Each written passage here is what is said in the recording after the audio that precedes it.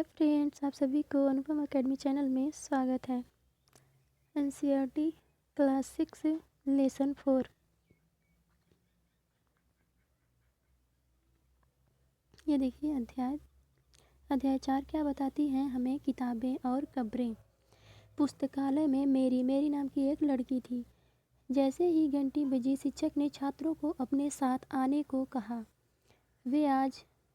आज वे पहली बार पुस्तकालय जा रहे थे। मेरी ने देखा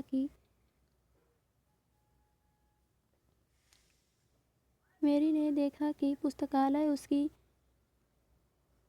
कक्षा से काफ़ी बड़ा था और वहाँ किताबों से भरे कई रैक थे। कोने में एक अलमारी थी जो मोटी मोटी किताबों से भरी थी। मेरी को एक अलमारी खोलने की कोशिश करते हुए देख शिक्षक ने कहा, उस अलमारी में अलग अलग धर्मों से जुड़ी हुई महत्वपूर्ण किताबें हैं। क्या तुम्हें मालूम है कि हमारे पास वेदों का भी एक संग्रह है। संग्रह मतलब इकट्ठा करना। मेरी सोचने लगी, वेद क्या है, चलो पता लगाएं। दुनिया के प्राचीनतम ग्रंथों में एक वेद 4 हैं। ये सब आप अपने से पढ़ लीजिएगा। जो मैं छोड़ दूंगी ना वो आप लोग पढ़ लीजिएगा। मैं मेन पॉइंट का सिर्फ मार्क लगाई हूँ। वेद 4 हैं: ऋग्वेद, सामवेद, यजुर्वेद तथा अथर्ववेद। सबसे पुराना वेद ऋग्वेद है। ऋग्वेद जिसकी रचना लगभग 3500 साल पहले हुई। ऋग्वेद में 1000 से ज़्यादा प्रार्थनाएं हैं जिन्हें सूक्त कहा जाता है। जो सूक्त है ना, इसे प्रार्थना बोलते हैं। इस समय में हम लोग प्रार्थना बोलते हैं, उसे सूक्त बोलते थे। सूक्त कहा जाता है। सूक्त का मतलब अच्छी तरह से बोला गया। यहाँ तक हो गया। और जो बचा आप लोग पढ़ लीजिएगा। 3 देवता बहुत महत्वपूर्ण हैं। 3 देवता बहुत महत्वपूर्ण हैं: अग्नि, इंद्र, सोम। अग्नि, इंद्र और सोम। अग्नि आग के देवता हैं, इंद्र युद्ध के देवता हैं और सोम एक पौधा है जिससे एक खास पेय मतलब पीने वाला पदार्थ बनाया जाता था।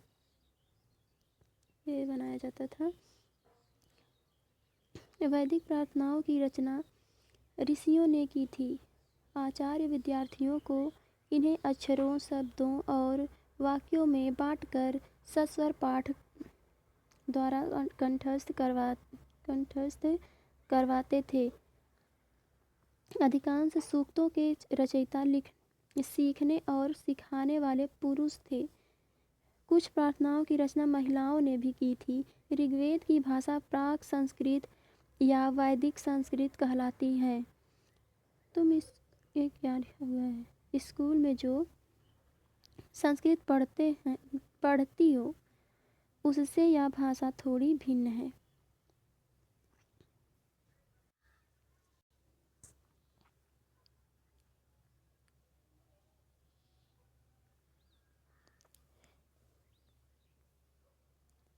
संस्कृत और अन्य भाषाएं।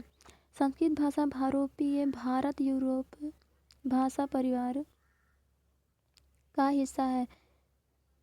भारत की कई भाषाएं असमिया, गुजराती, हिंदी, कश्मीरी और सिंधी एशियाई भाषाएं जैसे फारसी तथा यूरोप की बहुत सी भाषाएं जैसे अंग्रेजी, फ्रांसीसी, अंग्रेजी, फ्रांसीसी, जर्मन, यूनानी, इतालवी, स्पेनिश आदि इसी परिवार से जुड़ी हुई हैं। मात्र संस्कृत, माँ हिंदी और मदर अंग्रेजी। मात्र संस्कृत में मम्मी को मात्र बोलते हैं, हिंदी में माँ बोलते हैं और अंग्रेजी में मदर बोलते हैं। शब्द को देखो,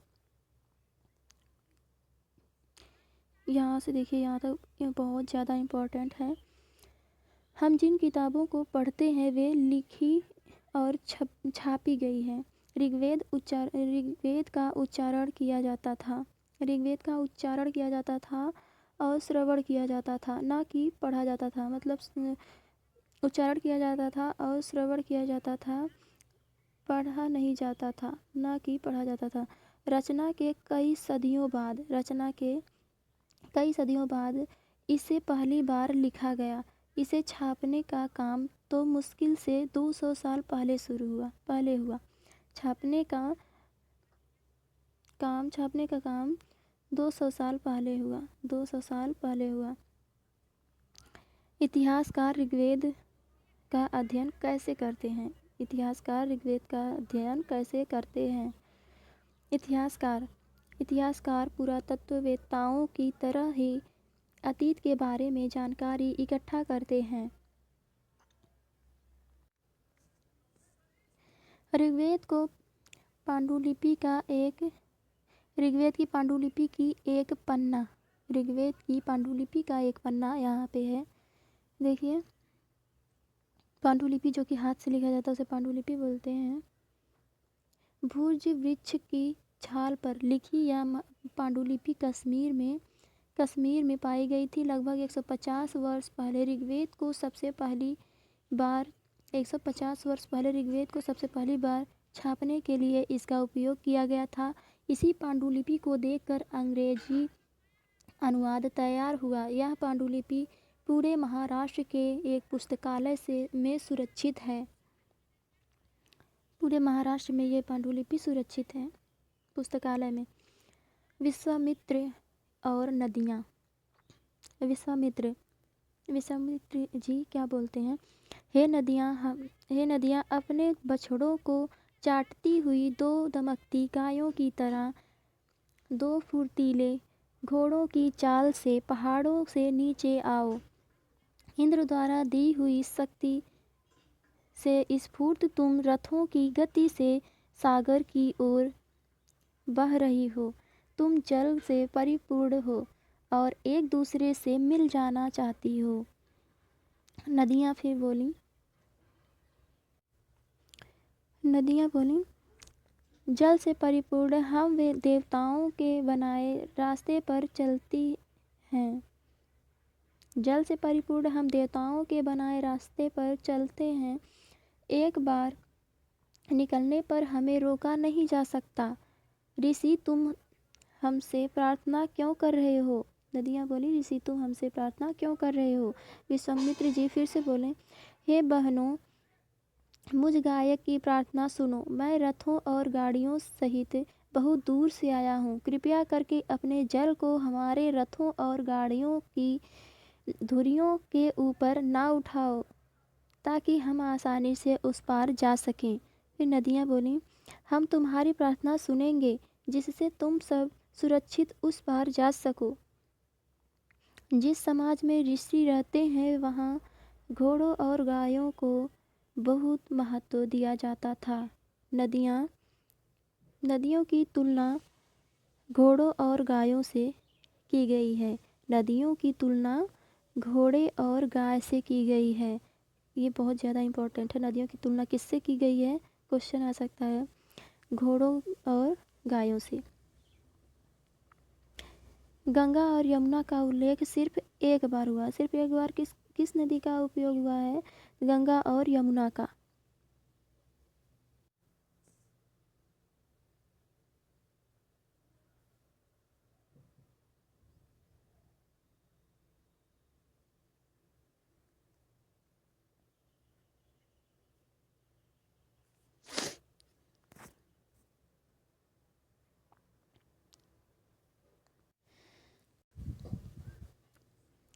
मवेशी, घोड़े और रथ। लड़ाइयाँ वैसे ज़मीन के लिए भी लड़ी जाती थी, जहाँ अच्छे चारागाह हो या जहाँ पर जौ जैसी जल्दी तैयार हो जाने वाली फसलों को उपजाया जा सकता हो। लड़ाइयाँ किस चीज़ों के लिए लड़ी जाती थी? तो देखिए, ज़मीन के लिए भी लड़ी जाती थी। अच्छे चारागाह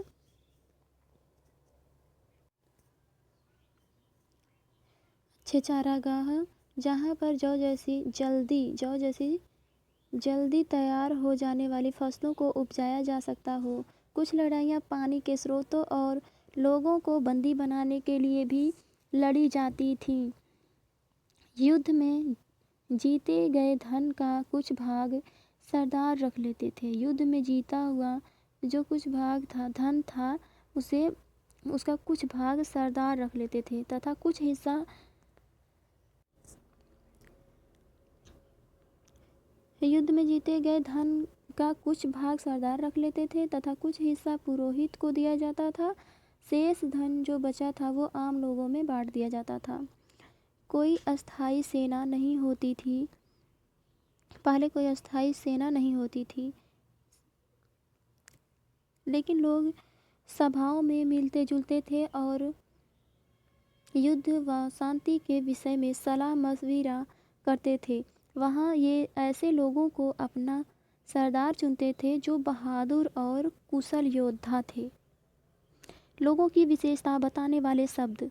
लोगों का वर्गीकरण काम, भाषा, परिवार या समुदाय, निवास स्थान या सांस्कृतिक परंपरा के आधार पर किया जाता है। पुरोहित, जिन्हें कभी कभी ब्राह्मण कहा जाता था, तरह तरह के यज्ञ और अनुष्ठान करते थे। दूसरे लोग राजा थे।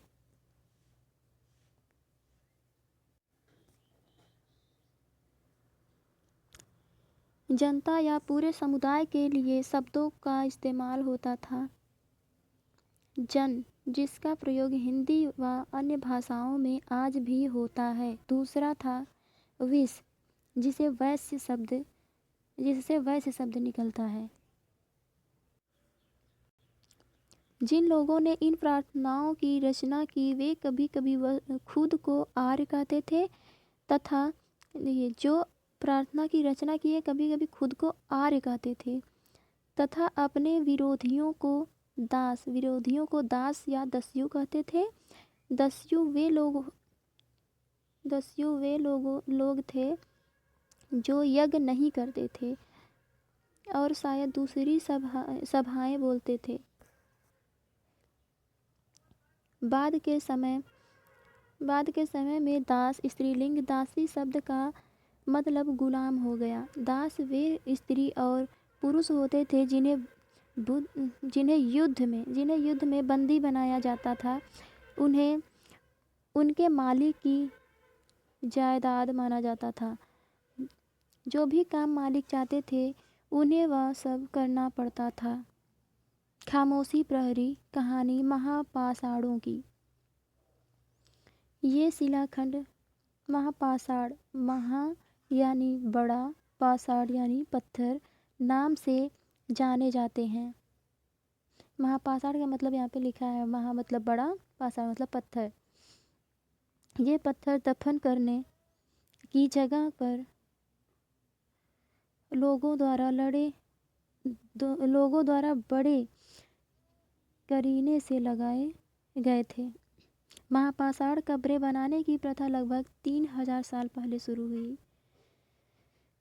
कुछ महापाषाण जमीन के ऊपर दिख जाते हैं, कुछ महापाषाण जमीन के भीतर भी होते हैं।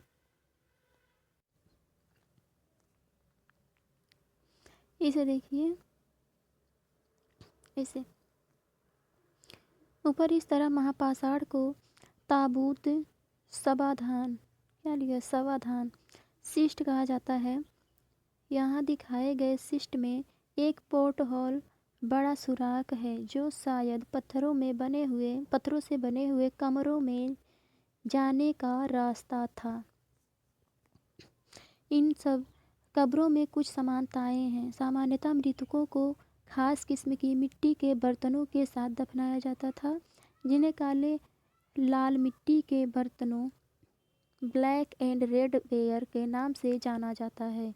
इनके साथ ही मिले हैं लोहे के औजार और हथियार, घोड़ों के कंकाल और सामान तथा पत्थर और सोने के गहने। हड़प्पा के शहरों में लोहे का प्रयोग होता था, अभी आगे पता चलेगा। लोगों की सामाजिक असमानताओं के बारे में पता करना। लोगों की सामाजिक असमानताओं के बारे में पता करना। यहाँ एक व्यक्ति की कब्र में 33 सोने के मनके और शंख पाए गए हैं। दूसरे कंकालों के पास सिर्फ कुछ मिट्टी के बर्तन ही पाए गए हैं। दफनाए गए लोगों की सामाजिक स्थिति में भिन्नता को दर्शाया है। कुछ लोग अमीर थे तो कुछ लोग गरीब थे, कुछ लोग सरदार थे तो कुछ अनुयायी थे। क्या कुछ कब्रगाहें खास परिवारों के लिए थी? कभी कभी महापाषाणों में एक से अधिक कंकाल मिले हैं। वे यह दर्शाते हैं कि शायद एक ही परिवार के लोगों को एक ही स्थान पर अलग अलग समय पर दफनाया गया था। इनाम गांव के एक विशिष्ट व्यक्ति की कब्र। इनाम गांव में यह भीमा की सहायक नदी घोड़ के किनारे एक जगह है। यहाँ वयस्क लोगों को प्रायः गड्ढे में सीधा लिटा कर दफनाया गया था। उनका सिर उत्तर की ओर होता था। उनका सिर उत्तर की तरफ होता था। क्या बताती हैं हमें कंकालों के अध्ययन? क्या बताते हैं हमें कंकालों के अध्ययन? छोटे आकारों के आधार पर एक बच्चे के कंकाल को आसानी से पहचाना जा सकता है, लेकिन एक बच्चे और बच्ची के कंकाल के बीच कोई बड़ा फर्क नहीं होता। क्या हम यह पता लगा सकते हैं कि कंकाल किसी पुरुष का था या महिला का या स्त्री का? यदि कंकाल के साथ गहने मिलते हैं तो कई बार उसे महिला का कंकाल मान लिया जाता है, लेकिन ऐसी समझ के साथ समस्याएं हैं। अक्सर पुरुष भी आभूषण पहनते थे। कंकाल का लिंग पहचानने का बेहतर तरीका उसकी हड्डियों की जांच से है। उनकी मतलब पुरुष है कि महिला, इसके लिए हड्डियों की जांच होती थी, चूँकि महिलाएं बच्चों को जन्म देती हैं, इसलिए उनका कटी प्रदेश या कूल्हा पुरुषों से ज़्यादा बड़ा होता था। उनके कूल्हों से पहचाना जाता था, हड्डियों से पहचाना जाता था कि महिला है या पुरुष हैं ये। इनाम गांव के लोगों के काम धंधे। इनाम गांव में पुरातत्वविदों को गेहूं, जौ, चावल, दाल, बाजरा, मटर और तिल के बीज मिले हैं। कई जानवरों की हड्डियां भी मिली हैं। अन्यत्र यह जानवरों की हड्डियों पर लिखा गया था। इन्हें भविष्यवाणी करने वाली हड्डियां कहा जाता है, क्योंकि यह मान्यता थी कि ये भविष्य बताती है। राजा लोग लिपिकारों से इन हड्डियों पर सवाल लिखवाते थे। क्या वे युद्ध जीतेंगे?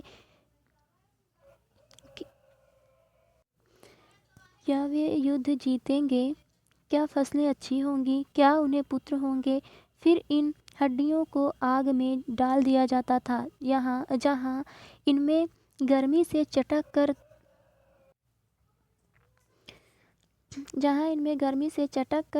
दरारें पड़ जाती थीं। भविष्यवाणी इन दरारों को बड़े ध्यान से देखकर भविष्यवक्ता इन दरारों को बड़े ध्यान से देखकर भविष्यवाणी करने की कोशिश करते थे। लोहे का इस्तेमाल करना नहीं जानते थे।